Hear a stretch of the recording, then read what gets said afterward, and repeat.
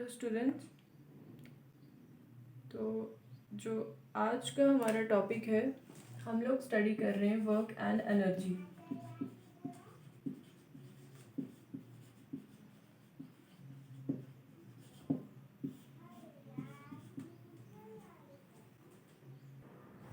जो work and energy में हम अपने क्वेश्चन डिस्कस कर रहे थे, तो जो आज का हमारा नेक्स्ट क्वेश्चन है वो है कि रोड साइड पे आपका एक ट्रक खड़ा है।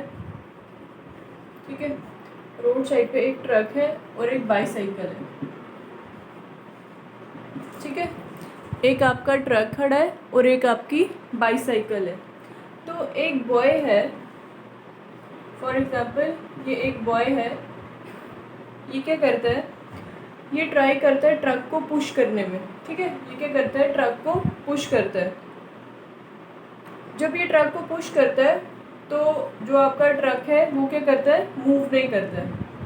ठीक है, फोर्स लगाता है पर ट्रक मूव नहीं होता। उसी तरह सेम बॉय क्या करता है, वो इस बाईसाइकिल को पुश करने की कोशिश करता है और जो बाईसाइकिल है वो कुछ डिस्टेंस तक क्या कर जाती है, मूव करती है। तो हमने बताना है कि किस केस में आपका वर्क डन हो रहा है। ठीक है, बाईसाइकिल पे हो रहा है या फिर ट्रक पे हो रहा है। अब देखो, हमें पता है कि वर्क डन कब होता है। Work is said to be done. ठीक है, वर्क कब डन होता है, जब आप किसी बॉडी के ऊपर फोर्स अप्लाई करते हो। ठीक है, जब आप किसी बॉडी पे फोर्स अप्लाई करते हो और उस फोर्स के अप्लाई करने के बाद जब वो बॉडी में कुछ मोशन आता है, मतलब जब वो बॉडी क्या करती है, कुछ डिस्टेंस कवर करके मूव करती है, तो उसको आप उस टाइम क्या बोलते हो कि work is said to be done. अगर इस बॉडी पे फोर्स लगाया और ये बॉडी वहाँ की वहीं रही, फोर्स आपने बहुत ज़्यादा एक्सट्रीम फोर्स लगाई लेकिन वो बॉडी मूव नहीं की, ठीक है, ये बॉडी मूव नहीं हुई, उस टाइम क्या होगा, आपका वर्क डन बिल्कुल भी नहीं होगा। ठीक है, इसी तरह ये क्या है कि जब बॉय जो है वो क्या करता है कि बाईसाइकिल को पुश करता है, तो उस टाइम क्या हो रहा है कि आपकी बाईसाइकिल जो है वो मूव कर रही है। ठीक है, मतलब वर्क डन हो रहा है। On the other hand, when the boy is trying to push a heavy truck parked on the roadside, then the result is zero work because there is no motion in the truck. ठीक है, truck में कोई भी motion नहीं हुआ, तो इसका मतलब कि इसमें क्या है, ट्रक में जब वो फोर्स अप्लाई कर रहा है तो वहाँ पे आपका वर्क डन नहीं हो रहा है। तो दोनों में से कौन सा ट्रू है, बाईसाइकिल में क्या हो रहा है, वर्क डन हो रहा है। क्यों, क्योंकि फोर्स अप्लाई करने के बाद उसमें क्या हो रहा है, मोशन हुआ, इसलिए वहाँ पे वर्क डन हुआ। ठीक है,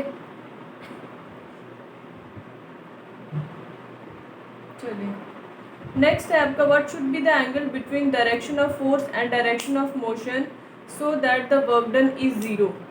ठीक है, अब हमने पढ़ा था वर्क डन के केस में कौन कौन से वर्क डन होते हैं। एक पॉजिटिव होता है, पॉजिटिव वर्क डन, एक नेगेटिव वर्क होता है।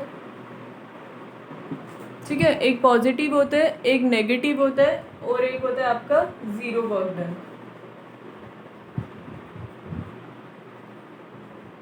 Zero work done, negative work done and positive work done. ठीक है, अब देखो पॉजिटिव वर्क डन फर्स्ट वाला हम पहले करते हैं कि पॉजिटिव वर्क डन में हमने क्या देखा था। मैं शॉर्ट में लिखती हूँ, positive work done. Positive work done, positive work done में हमने क्या देखा था कि जिस डायरेक्शन में हम फोर्स अप्लाई कर रहे हैं उसी डायरेक्शन में आपकी बॉडी जो है वो मोशन, डायरेक्शन ऑफ मोशन भी इसी साइड है। ठीक है, क्या है इसका कि direction of force, direction of force is same that of, is same as that of direction of motion. ठीक है, जहाँ पे आपकी डायरेक्शन ऑफ फोर्स लग रही है उसी डायरेक्शन में आपकी बॉडी जो है वो मोशन में जा रही है। डायरेक्शन ऑफ मोशन, ठीक है, दोनों क्या है, सेम डायरेक्शन में सॉरी, दोनों क्या है, डायरेक्शन ऑफ फोर्स और डायरेक्शन ऑफ मोशन की क्या है, एक ही डायरेक्शन है, उस टाइम आप बोलोगे कि जो वर्क डन हो रहा है वो आपका कौन सा वर्क डन हो रहा है, पॉजिटिव वर्क डन। ठीक है, अब देखते हैं नेक्स्ट है आपका negative work done. Negative work done, clear. अब अच्छा, नेगेटिव वर्क डन क्या होता है, जब आपका डायरेक्शन ऑफ मोशन अपोजिट होता है किसके, opposite to direction of force, opposite to direction of force, कि अगर आपकी ये बॉडी है वो इस डायरेक्शन में फोर्स लग रही है तो आपका जो मोशन है वो इस डायरेक्शन में हो रहा है, ठीक है, अपोजिट मोशन हो रहा है, उस टाइम आप क्या बोलोगे कि नेगेटिव वर्क डन हो रहा है। उस टाइम जो एंगल होता है वो क्या होता है आपका 180 डिग्री। ठीक है, नेक्स्ट है आपका जीरो वर्क डन। थर्ड क्या है आपका जीरो वर्क डन। अब अच्छा, जीरो वर्क डन क्या होता है, जब आपका डायरेक्शन ऑफ फोर्स, ये क्या है आपका डायरेक्शन ऑफ फोर्स परपेंडिकुलर होता है किसके, डायरेक्शन ऑफ मोशन के,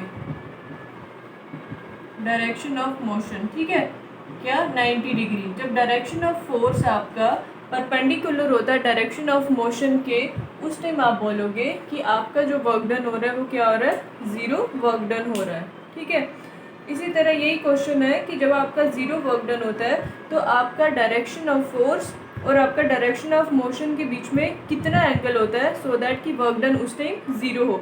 तो आपको पता है, आप क्या बोलोगे कि आपको पता है W is equal to F S cos theta के बराबर होता है। वर्क डन यहाँ पे ज़ीरो कैसे हुआ, मैंने आपको पहले भी बताया था कि बताती हूँ, ये आ गया ज़ीरो का केस। ठीक है, डायरेक्शन ऑफ फोर्स और direction of motion 90 degree, we know that work done is equal to F S cos theta, and आपको पता है थीटा बराबर है 90 डिग्री के। In case of zero work done W is equal to F S cos 90 degree.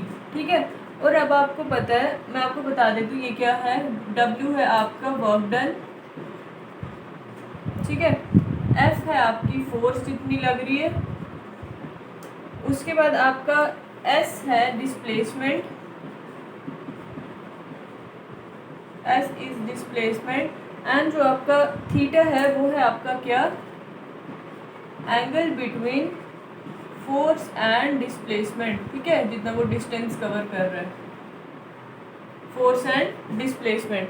तो अब cos 90 degree, आपको पता है कि cos 90 डिग्री क्या होता है, cos 90 degree is equal to zero, तो वर्क डन क्या हो जाएगा टोटल आपका ज़ीरो।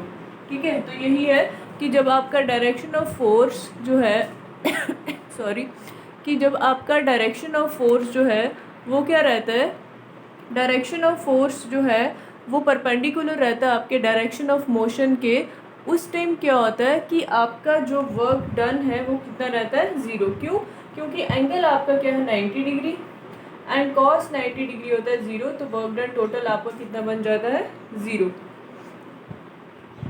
ठीक है, चलिए नेक्स्ट क्वेश्चन पे।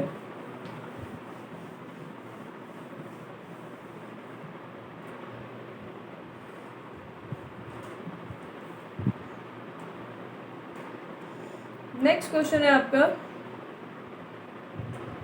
इन which of the following case the work done by force will be maximum when the angle between the direction of force and direction of motion is 0 degree और 90 degree. ठीक है, किस case में work done जो है वो maximum रहता है, जब एंगल आपका 0 डिग्री पे होता है या फिर 90 डिग्री पे होता है। ठीक है, चलिए देखते हैं। अब आपको पता है relation between work force distance and angle के बीच में, कि वर्क डन आपका इक्वल होता है एफ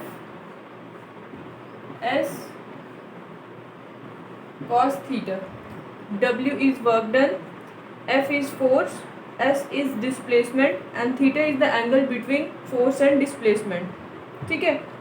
अब आपको पता है कि जब आपका फोर्स परपेंडिकुलर होगी, ये फोर्स है, जब ये परपेंडिकुलर होगी आपकी डायरेक्शन ऑफ मोशन के, उस टाइम आपका वर्क डन क्या होता है? ज़ीरो. ठीक है. जब आपका डायरेक्शन ऑफ फोर्स और डायरेक्शन ऑफ मोशन क्या होगा? सिमिलर होगा. उस टाइम आपका वर्क डन क्या होता है? मैक्सिमम होता है. क्या? मैक्सिमम होता है. ठीक है. तो यही उन्होंने क्वेश्चन पूछा हुआ है कि कौन से केस में आपका फोर्स जो है, कौन से केस में आपका वर्क डन जो है वो मैक्सिमम हो रहा है, 0 डिग्री पे या फिर 90 डिग्री पे. ठीक है. 0 डिग्री पे या फिर 90 डिग्री पे. तो इसमें आपने क्या देखा कि जब वो 90 डिग्री पे होगा, जब डायरेक्शन ऑफ फोर्स और डायरेक्शन ऑफ मोशन जो है वो एक दूसरे के परपेंडिकुलर होते हैं, उस टाइम जो आपका वर्क डन होता है वो 0 हो रहा होता है.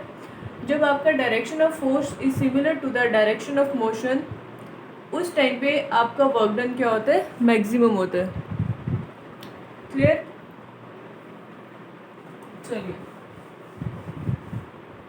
नेक्स्ट था आपका पोटेंशियल एनर्जी.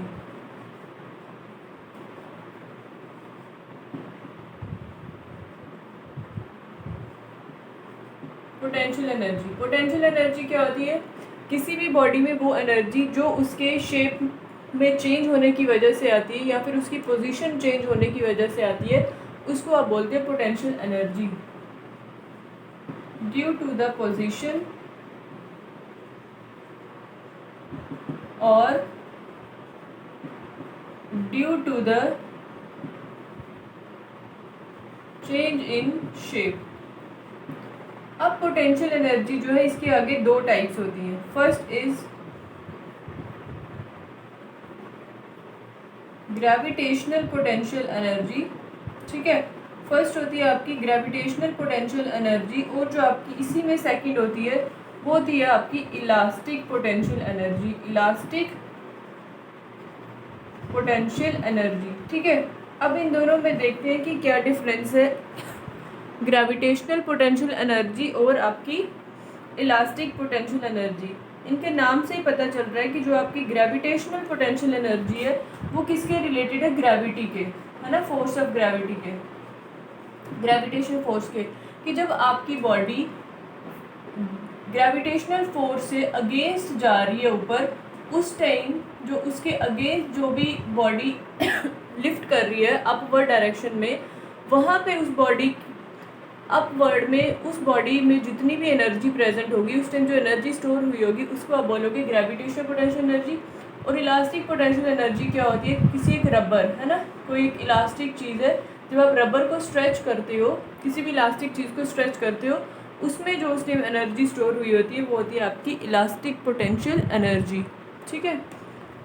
जैसे आप बोल सकते हो कि water stored in a dam, वो भी क्या है? आपकी water stored in your tank. जब आपके घरों के ऊपर जो वाटर स्टोर हुआ होता है टैंक्स में, वो क्या है? ग्रेविटेशन फोर्स के अपवर्ड है. ठीक है. उसके अगेंस्ट है वो.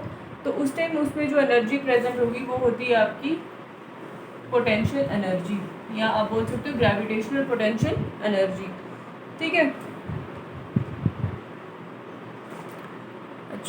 नेक्स्ट है आपका which of the following does not possess the ability to do work not because of motion. ठीक है. आपको बताना है कि कौन सी, कि किस में आपका वर्क डन नहीं हो रहा है मोशन की वजह से. ठीक है. तो देखेंगे, आपको पता है कि जब आपकी एक स्पैरो है, ठीक है, स्पैरो जब ट्री के ऊपर उसने अपना एक नेस्ट बनाया होता है, sparrow in the nest on a tree. ठीक है. ये एक ट्री है, उस पर क्या है? स्पैरो ने अपना एक नेस्ट बनाया हुआ है. तो वो क्या है? मोशन में है? बिल्कुल भी मोशन में नहीं है. जब वो मोशन में नहीं है, वो क्या है? अपनी एक स्टेबल जगह पे है. तो उस टाइम उसमें कोई वर्क डन हो रहा है। जब स्पैरो जो है अपने नेस्ट में बैठी हुई है ट्री में,